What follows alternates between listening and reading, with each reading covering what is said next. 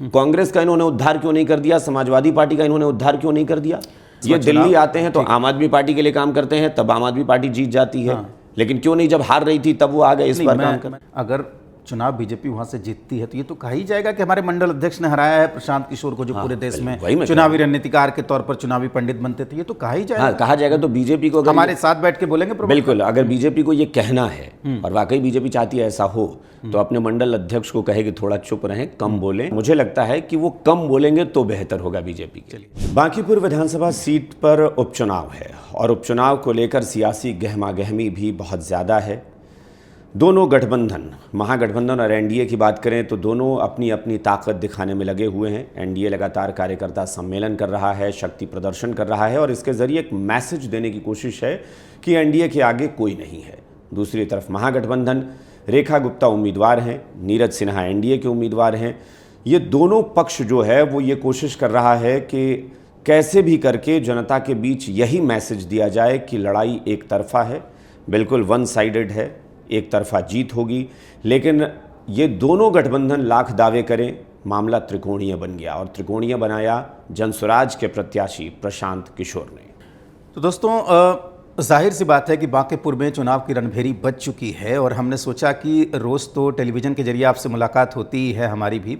अभिषेक जी हमारे साथ जुड़े हुए हैं, मैं भी आपके बीच में रहता ही हूं। मेरा नाम राजेश कुमार है और जाहिर सी बात है कि जब बांकीपुर में चुनाव की रणभेरी, उपचुनाव की रणभेरी बज चुकी है, तो हमको लगा कि आपके बीच में आएँ और आपसे कुछ बात करें चुनाव को लेकर। जो हमारे अनुभव हैं, इतने दिनों से जो खबरें निकल कर सामने आ रही हैं बांकीपुर विधानसभा उपचुनाव से लेकर, और उसका जो इतिहास रहा है, जो जानकारी हमारे पास पहले से है, तो उसका जो कैलकुलेशन हमने किया है, जो समीकरण हमने देखे हैं और जो कुछ भी घट सकता है आने वाले वक्त में, खासकर सियासी समीकरणों के लिहाज से, क्योंकि देखिए साफ तौर पर बात है कि 2 हफ्ते से भी कम वक्त अब बचा हुआ है।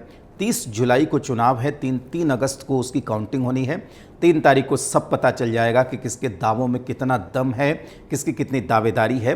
लेकिन उससे पहले जो कयास लगाए जा रहे हैं, उन कयासों की क्या सच्चाई है, वो जानने के लिए आज हम लोग आपके बीच में आए हैं। अभिषेक जी हमारे साथ जुड़े ही हुए हैं। तो अभिषेक जी, आप बता रहे थे अभी कि वहाँ पर त्रिकोणीय मुकाबला है। जाहिर सी बात है कि बांकीपुर ऐसी सीट है और 3 घटनाएं ऐसी हुई बांकीपुर में जिसके लिए ये सीट बहुत महत्वपूर्ण हो गई थी आज की तारीख में।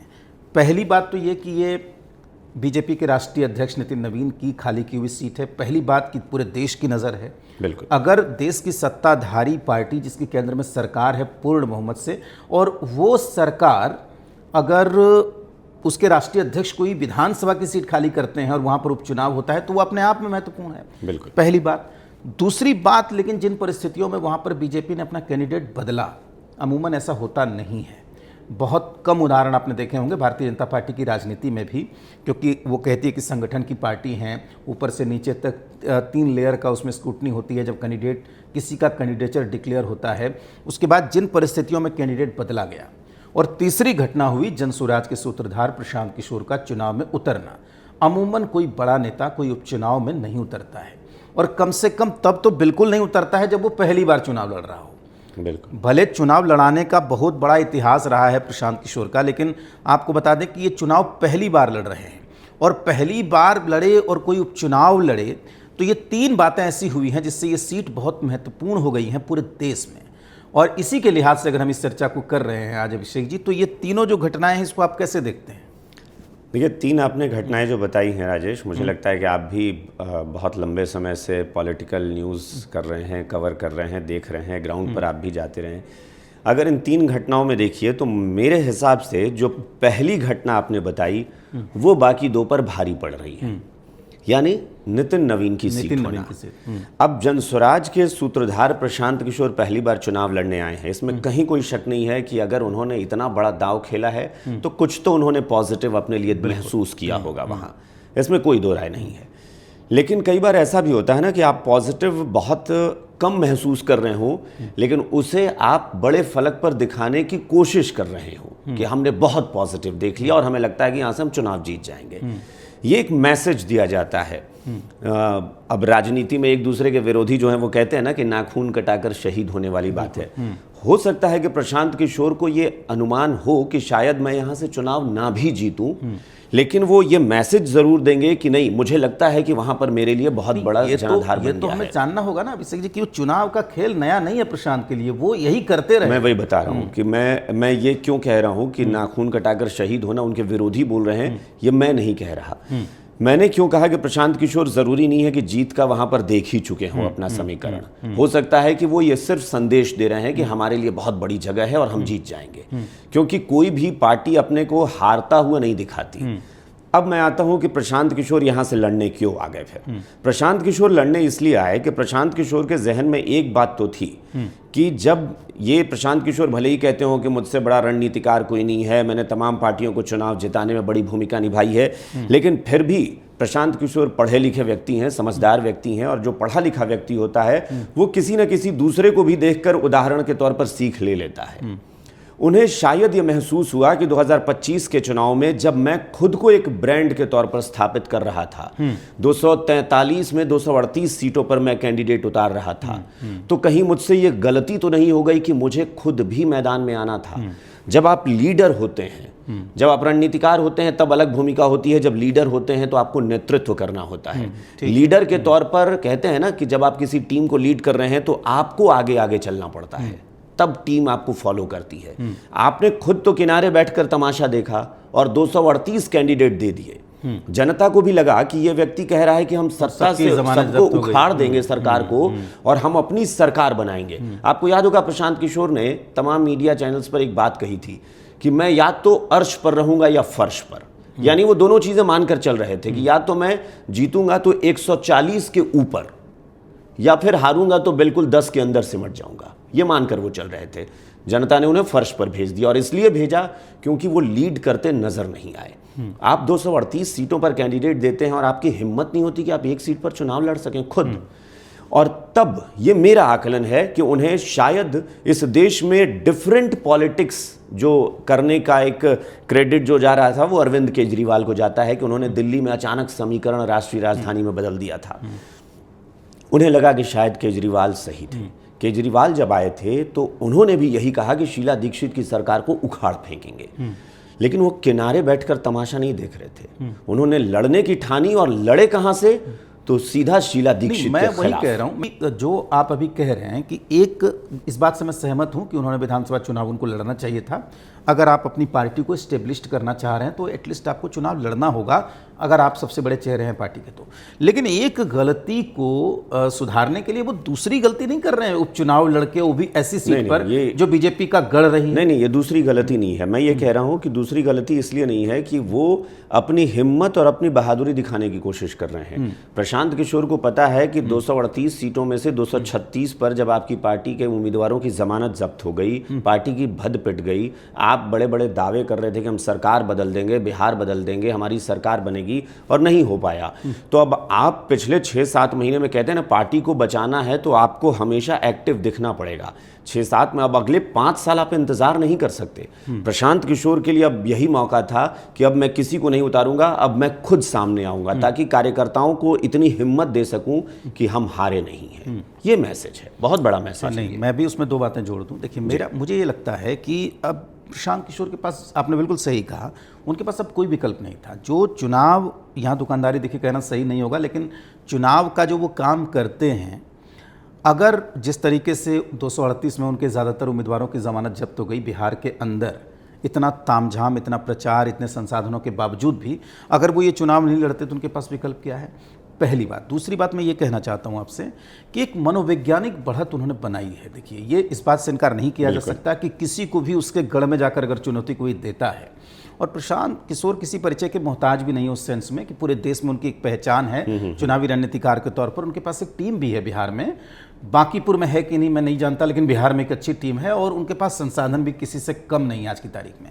तो आप जैसे ना दंगल मूवी का मैं जिक्र कर रहा था कि दंगल मूवी में क्या होता है कि उसे कहा जाता है कि पहलवान चुनो, तो उसने क्या किया कि जो सबसे मजबूत कदकाठी का पहलवान था उसे ही चुन लिया। तो वहाँ आप ना एक मनोवैज्ञानिक बढ़त बनाते हैं जब आप बीजेपी को सबसे मजबूत सीट पर ललकारते हैं।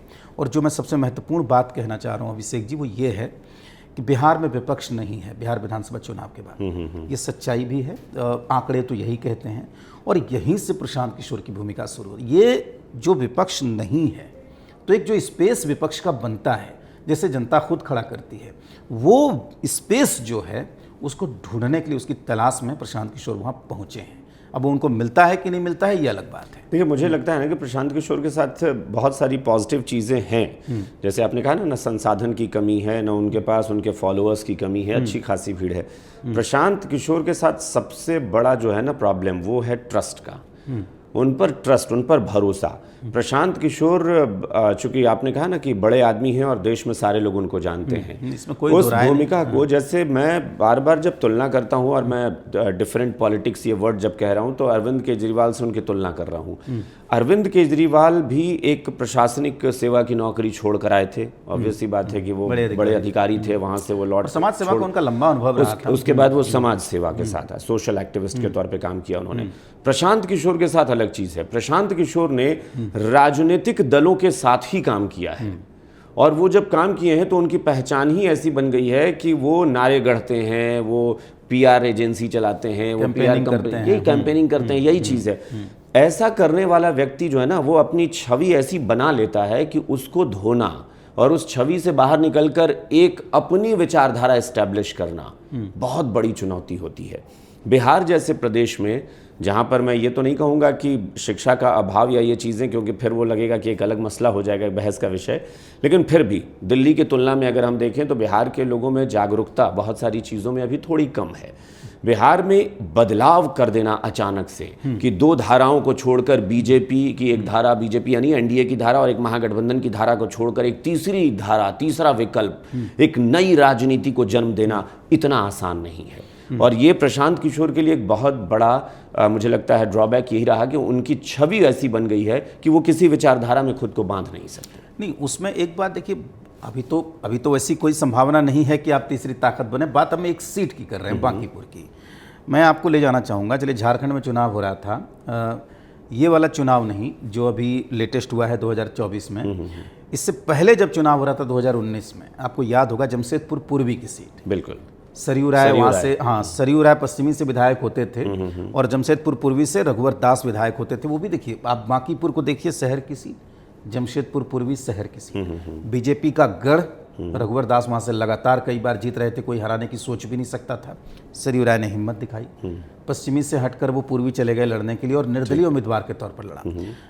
मुद्दा अगर आपके पास हो तो जनता ने उस चुनाव में, हालांकि वो भी आश्चर्य था, क्योंकि दोबारा उस सीट को इस बात को नहीं भूला जा सकता ना कि सरयू राय और रघुवर दास दोनों एक ही पाले में थे, मैं वही कह रहा हूं, एक ही पार्टी में थे, दोनों के अपने मतदाता थे, दोनों का अपना जनाधार था। मैं वही कह रहा हूं कि ऐसा फिर देश में कभी हुआ भी नहीं था कि किसी मुख्यमंत्री को उनके ही, मुख्यमंत्री हारे हैं चुनाव, लेकिन उनके ही कैबिनेट के सहयोगी ने हरा दिया है, और वो तब भी मंत्री थे, ऐसा नहीं था, इस्तीफा हुआ नहीं था। तो मैं ये कह रहा हूं कि ये हुआ ना चमत्कार।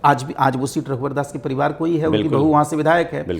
तो आपका जब मजबूत गढ़ होता है, अगर वहां के वोटर्स में अगर किसी बात को लेकर नाराजगी होती है, तो ऐसा नहीं है, बदलाव हो भी सकता है। मजबूत गढ़ रहा है, मैं वही कह रहा हूं ना, प्रशांत किशोर का बांकीपुर गढ़ नहीं है। प्रशांत किशोर, अगर ये बात होगी कि शहरी मतदाता के नाम पर प्रशांत किशोर एजुकेटेड हैं, बहुत पढ़े लिखे हैं, बड़े विद्वान हैं, और इस नाते उनको जनता समर्थन कर दे, सिर्फ इतने भर से राजनीति तो नहीं होती। एक आंकड़ा बताना चाहूंगा, देखिए बांकीपुर सबसे ज्यादा शिक्षित सीट है बिहार में और सबसे कम वोटिंग भी होती है वहां पे। बिल्कुल, और बीजेपी की चुनौती इस बार यही है कि उपचुनाव में वोटिंग और गिर जाता है, क्योंकि वोटिंग प्रतिशत गिरता है। और बीजेपी ने, आपको याद होगा, अभी नितिन नवीन जब आए थे 2 दिन में, तो 2 दिन की बैठक में ये बताया गया कि नितिन नवीन ने यही काम किया कि जितने भी बूथ के कार्यकर्ता हैं, मंडल के स्तर के कार्यकर्ता हैं, उन सब की जो मीटिंग हुई, नितिन नवीन ने यही संदेश दिया है, क्योंकि बूथ का जो कार्यकर्ता होता है ना, वही ये काम करता है कि घर घर से लोगों को बूथ तक पहुंचाना। उन्होंने यही मैसेज दिया है कि मतदान प्रतिशत ना गिरे, ये बात ध्यान रखना है, क्योंकि मतदान प्रतिशत अमूमन शहरी सीटों पर ज़्यादा गिरता है, बहुत तेज़ी से गिरता है, और बीजेपी का जो कोर वोटर है वो तो शहरी क्षेत्र में है ही। वहाँ अगर गिरता है तो फिर आरजेडी उम्मीदवार भी तो है, ये हम सिर्फ नहीं कह सकते ना कि सिर्फ प्रशांत किशोर है। तो बीजेपी की चुनौती यही है कि प्रशांत किशोर जो वोट काटें, आरजेडी भी उधर बैठी है, आरजेडी के जो अब वैश्य मतदाता, रेखा गुप्ता वैश्य हैं, अब वैश्य मतदाता कितना जाएंगे। हालांकि मैं एक बात हमेशा कहता हूं कि बीजेपी को बीजेपी जैसी ताकतवर पार्टी बनाने में सिर्फ उसी की भूमिका बीजेपी की नहीं है, विरोधियों की बड़ी भूमिका है। यही वजह है कि बीजेपी को हराना बड़ी चुनौती बन जाती है। अब इसमें देखिए, मैं एक चीज़ जोड़ना चाहूँगा कि अब बांकीपुर में कायस्थ मतदाता सबसे ज़्यादा हैं, कायस्थ मतदाता जो है कोर वोटर रहा है बीजेपी का, और बीजेपी के अलावा किसी ने कायस्थ कैंडिडेट दिया भी नहीं है। मतलब मैं बात कर रहा हूँ आरजेडी और प्रशांत किशोर की। तो निश्चित तौर पर कायस्थों का वोट गोलबंद होकर पड़ेगा ही। वो अब जो कुछ बोल रहा है उसकी अलग बात, हम लोग मान लेते हैं कि कायस्थ गोलबंद होकर पड़ेगा, कैडर वोट को छोड़ दें। सम्राट चौधरी बने हैं मुख्यमंत्री। कुशवाहा वोटरों में ये लग रहा है कि भाई हमारे जाति को पहली बार बिहार में इतने इस तरीके से मुख्यमंत्री बनने का मौका मिला, वो गोलबंद है जाति। इसके अलावा आप किस जाति को गोलबंद देख रहे हैं बीजेपी के पक्ष में? देखिए हाँ, मैं आपको बता रहा हूँ। देखिए दरअसल क्या है ना, मुझे लगता है कि सम्राट चौधरी के साथ ये भी उनको बचना पड़ेगा।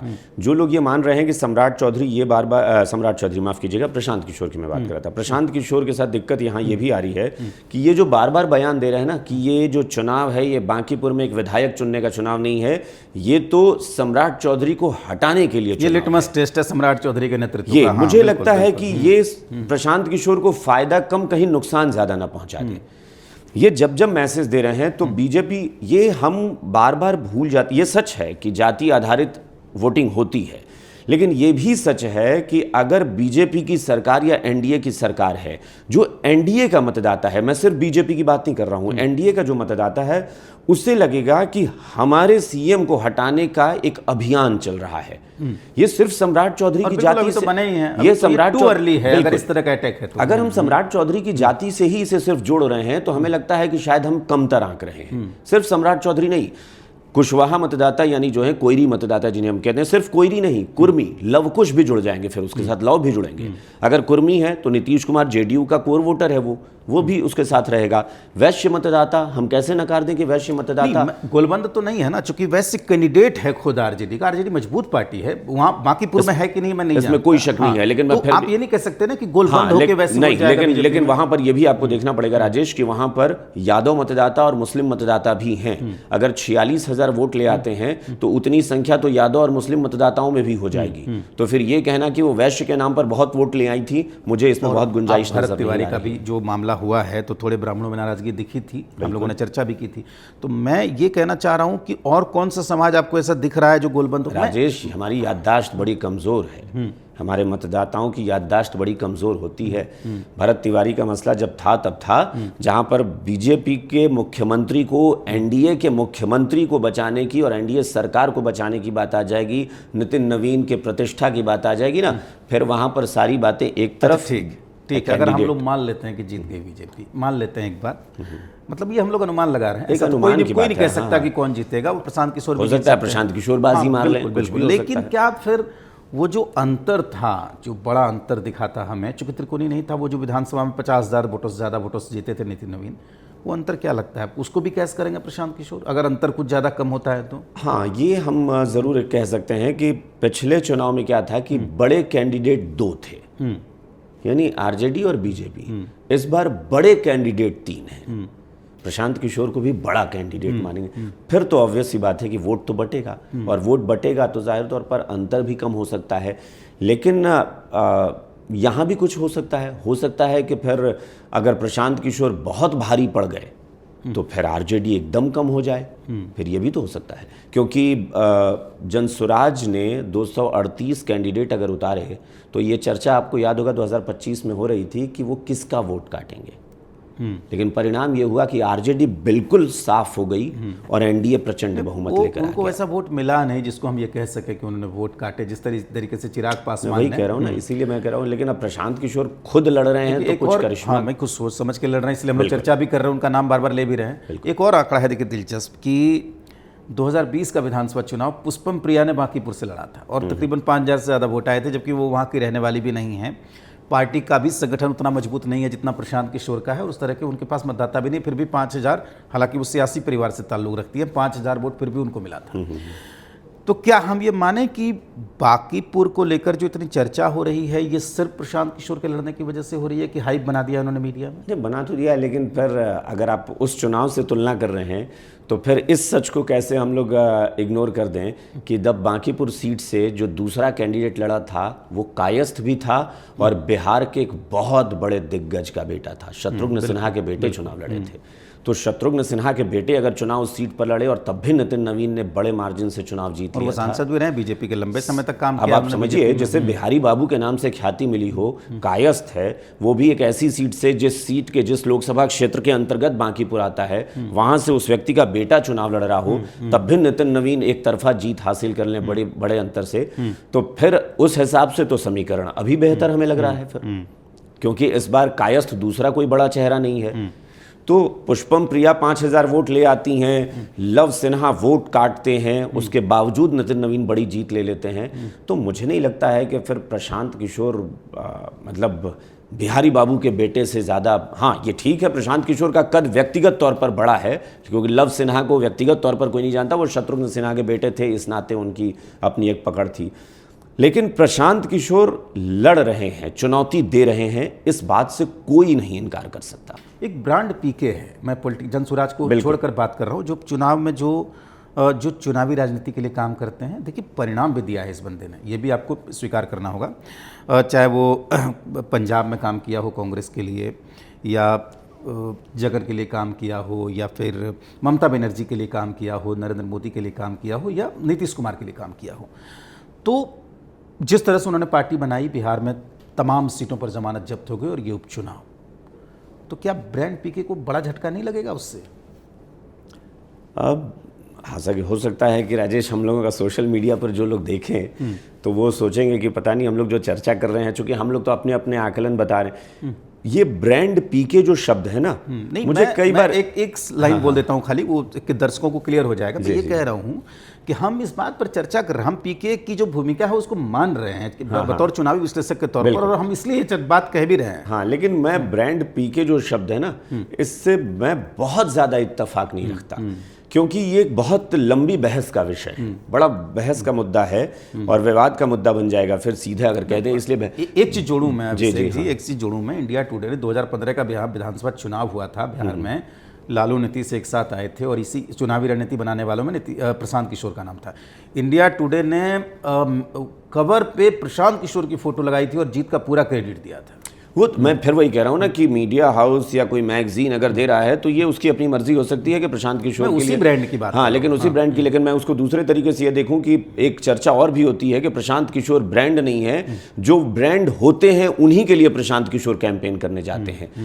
नीतीश कुमार के लिए 2015 में इन्होंने काम किया था बिहार में, लेकिन क्या नीतीश कुमार पिछले 20 साल में बिना प्रशांत किशोर के जिस गठबंधन में रहे हो वो चुनाव जीतते रहे हैं? तो प्रशांत किशोर ने चमत्कार क्या कर दिया? उनके साथ नहीं भी रहेंगे, मान ले लालू के साथ आप नहीं भी रहेंगे तो उनके कार्यकर्ता और मैं ये हम कैसे भूल सकते हैं कि 2015 में जो जीत मिली थी नीतीश कुमार को, उससे बड़ी जीत उससे ठीक पहले 2010 में वो ले चुके थे बीजेपी और के बिना साथ, प्रशांत किशोर के, बिना प्रशांत किशोर के। आप जब संगठन में, ममता बनर्जी भी पहले आई थी तो कौन सा प्रशांत किशोर उनके जगन मोहन रेड्डी की लहर किस तरह की आंध्र प्रदेश में थी, जिसने कांग्रेस का सुपड़ा साफ कर दिया, ये किसने नहीं देखा था? लेकिन फिर भी कुछ स्टाइल तो बदला है ना, जैसे सोशल मीडिया कैंपेन होता है, स्लोगन लेके जाते हैं, वो कैंपेन करना, नारे गढ़ना, लोग बहुत खूबसूरत नारे गढ़ना जो लोगों की जुबान पर चढ़ रहे हैं, ये सारी बातें माहौल बनाना। लेकिन एक कोई स्टेट मुझे बता दें, कोई भी बता दे कि प्रशांत किशोर गए हों और वहां पर जो पार्टी कमजोर दिख रही हो उसको पार्टी को जिता कर ले आए हों। कांग्रेस का इन्होंने उद्धार क्यों नहीं कर दिया? समाजवादी पार्टी का इन्होंने उद्धार क्यों नहीं कर दिया? दो बातें देखिए मैं बताना चाहूंगा। बिहार विधानसभा ये दिल्ली आते हैं तो आम आदमी पार्टी के लिए काम करते हैं, तब आम आदमी पार्टी जीत जाती है। लेकिन क्यों नहीं, जब हार रही थी तब वो आ गए इस पर काम करने। मैं दो बातों का जिक्र करना चाहूंगा। देखिए, दो बातें विधानसभा चुनाव से पहले प्रशांत किशोर कह रहे थे। एक तो वो कह रहे थे कि जेडीयू 20 से नीचे चली जाएगी, बार बार हर मंच पे कह रहे थे। 20 कह रहे थे कि 25 कह रहे थे, मुझे ठीक याद नहीं है। 25 से नीचे जाएगी तो मैं संन्यास ले लूंगा। वो एक तो वो कह रहे थे 25 से ऊपर अगर वो नहीं हुआ। लेकिन दूसरी बात अभिषेक जी वो ये कह रहे थे कि नीतीश सीएम नहीं रहेंगे, ये वो कह रहे थे हर मंच पे कह नहीं, रहे थे। ये मैं इसको भी अलग तरीके से देख रहा हूं। जब वो ये कह रहे थे कि नीतीश कुमार की पार्टी को 25 सीटें भी नहीं आएंगी, अगर 25 आ गई तो मैं राजनीति से संन्यास ले लूंगा, तो जो व्यक्ति कह रहा है कि 25 सीटें नहीं आएंगी, वो ये कैसे कह सकता है कि नीतीश सीएम बनेंगे? नहीं, 42 पे तो सीएम थे। नहीं, 42 पर सीएम कैसे थे? क्योंकि नीतीश कुमार 42 पर सीएम इसलिए थे क्योंकि महागठबंधन छोड़कर वो एनडीए में आए थे और एनडीए के साथ एक सौदेबाजी वो थी, क्योंकि एनडीए जानता था कि ये लालू प्रसाद यादव को छोड़कर आए हैं, अगर हमने इनको नहीं बनाया तो फिर गच्चा दे देंगे। वो एकदम अलग मसला था। अगर मैं ये कल होकर दावा कर दूं कि बीजेपी 10 सीटें विधानसभा चुनाव में जीतेगी 243 में, फिर मैं किस मुंह से ये कह दूंगा कि सीएम बीजेपी का बनेगा? बिल्कुल। तो इसलिए दोनों अलग अलग बातें हैं। मैं दोनों बातों को गलत कैसे मानता हूं कि नीतीश 25 से ज्यादा ले आए, बल्कि 85 पर आए, और नीतीश कुमार जीतने के बाद पहले सीएम बने। अब ठीक है, 4 महीने बाद 3 महीने बाद हट गए, वो एक अलग मसला है। प्रशांत किशोर ने कहा था कि वो सीएम नहीं बनेंगे। वो इसलिए नहीं बनेंगे क्योंकि 25 सीटें नहीं आएंगी। तो प्रशांत किशोर ये जो कह रहे हैं ना कि बीजेपी ने सीएम बदल दिया है, प्रशांत किशोर ने ये नहीं कहा था कि बीजेपी बदलेगी। उन्होंने कहा था कि नीतीश जीतेंगे ही नहीं तो सीएम कहां से बनेंगे। ठीक है, चलिए अब हम लोग इस चर्चा को यहीं पर विराम देते हैं। देखिए, अब इंतज़ार करिए, क्योंकि हम फिर से आएंगे हम लोग बाकी पूरे पर बात करने के लिए, लेकिन 2 हफ्ते से भी कम का वक्त बचा हुआ है। 30 जुलाई को, मैं फिर से बता दूं कि 30 जुलाई को वोट डाले जाएंगे और 3 तारीख को रिजल्ट आ जाएगा, जब हमें ये पता चल जाएगा कि बांकीपुर में कौन जीते। देखिए, मैं फिर कह रहा हूँ कि 2 बातें बहुत महत्वपूर्ण हैं। एक तो कौन जीतेगा ये तो महत्वपूर्ण है ही, लेकिन प्रशांत किशोर चूंकि लड़ रहे हैं तो वो आंकड़ों पर भी खेल करेंगे। अगर वो कुछ अंतर अगर कम ज़्यादा होता है तो वो इसको लेकर प्रेस कॉन्फ्रेंस करेंगे, और हम अभी कह देते हैं आपको कि वो इसको गिनाएंगे। इस पर मैं राजेश कुछ और जोड़ूंगा, क्योंकि थोड़ा भी हमारे पास वक्त है, हमने सोचा कि थोड़ा इसमें मैं बीजेपी के लिए एक बात जरूर कहूंगा। आपने देखा होगा ना कि अक्सर ये कहा जाता है ना कि बहुत ज्यादा बोलना नहीं चाहिए। मतलब कहते हैं हमारे यहाँ की ना अति वक्ता ना अति चुप, ना अति बरखा ना अति धूप, कुछ भी अति नहीं अच्छी होती है। बीजेपी कैंडिडेट के लिए मैं जरूर कहूंगा कि लोग कहते हैं ना कि 100 बोलते को एक चुप्पा हरा देता है। बेहतर होगा कि नीरज सिन्हा चुप रहें। नीरज सिन्हा बोलेंगे ना तो बीजेपी की ज्यादा समस्या है। नीरज सिन्हा चुप रहें, बड़े नेताओं को बोलने दो, प्रचार करने दे, वही उनके लिए बेहतर। बहुत अच्छी जगह गए हैं आप, बहुत अच्छी जगह आप पहुंचे हैं। मैं ये कह रहा हूं कि ये भी तो कहा ही जाएगा ना, अगर चुनाव बीजेपी वहां से जीतती है तो ये तो कहा ही जाएगा कि हमारे मंडल अध्यक्ष ने हराया है प्रशांत किशोर को, जो पूरे देश में चुनावी रणनीतिकार के तौर पर चुनावी पंडित बनते थे। ये तो कहा ही जाएगा। कहा जाएगा। तो बीजेपी को हमारे साथ बैठ के बोलेंगे। बिल्कुल, अगर बीजेपी को ये कहना है और वाकई बीजेपी चाहती है ऐसा हो, तो अपने मंडल अध्यक्ष को कहे कि थोड़ा चुप रहें, कम बोलें, बड़े नेता प्रचार करें, क्योंकि नीरज सिन्हा में इतना जबरदस्त अनुभव नहीं है, इतना बड़ा अनुभव नहीं है कि वो चुनाव प्रचार में बड़ी बड़ी बातें कर सकें। इसलिए मैंने जो उनकी अभी 2-4 बातें सुनी है मीडिया में, उसके बाद मुझे लगता है कि वो कम बोलेंगे तो बेहतर होगा बीजेपी के। चलिए, अब एक बार दर्शकों से हम कह दें कि अगर आपको ये चर्चा अच्छी लगी तो आप कमेंट में लिखिए, और अगर कोई सवाल बांकीपुर को लेकर आपके मन में है तो आप पूछिए, हम कमेंट में आपका जवाब भी देंगे। आज के लिए इतना ही। बिल्कुल, और ज़रूर जैसा कि राजेश ने कहा है कि कमेंट ज़रूर कीजिएगा, क्योंकि हम दोनों जो हैं वो लंबे समय से हम लोग पॉलिटिकल ख़बरें जो हैं वो करते रहते हैं, बताते रहते हैं, पॉलिटिकल न्यूज़ पढ़ते भी हैं, और ग्राउंड पर भी हम लोग जाकर इलेक्शन वगैरह में काम करते हैं। तो हम लोगों ने अपनी चर्चाएं की है। आप लोगों को कैसा लग रहा है ये ज़रूर बताइएगा, और आप लोग क्या सोचते हैं बांकीपुर में क्या होगा। और देखिए, जो भी बात हमने कही है ना, वो अपनी बात नहीं कही है। हमने जो बात कही है वो यहाँ से जो खबरें निकलकर बांकीपुर से आ रही हैं उसी के आधार पर कही है। अब देखना यह है कि वो बातें कितनी सच साबित होती हैं। बिल्कुल। तो फिलहाल चलिए इजाज़त दीजिए, और इस वीडियो में फ़िलहाल इतना ही। लेकिन ज़रूर मैं कहूँगा कि जी बिहार झारखंड का जो हमारा प्लेटफॉर्म है, सोशल मीडिया डिजिटल प्लेटफॉर्म, उसे लाइक करिए, सब्सक्राइब करिए, फॉलो कीजिए, कमेंट ज़रूर करिएगा। उससे हम दोनों का या फिर हमारी पूरी टीम का उत्साह बढ़ता है। और हम आते रहेंगे आपके साथ बात करने के लिए। नमस्कार।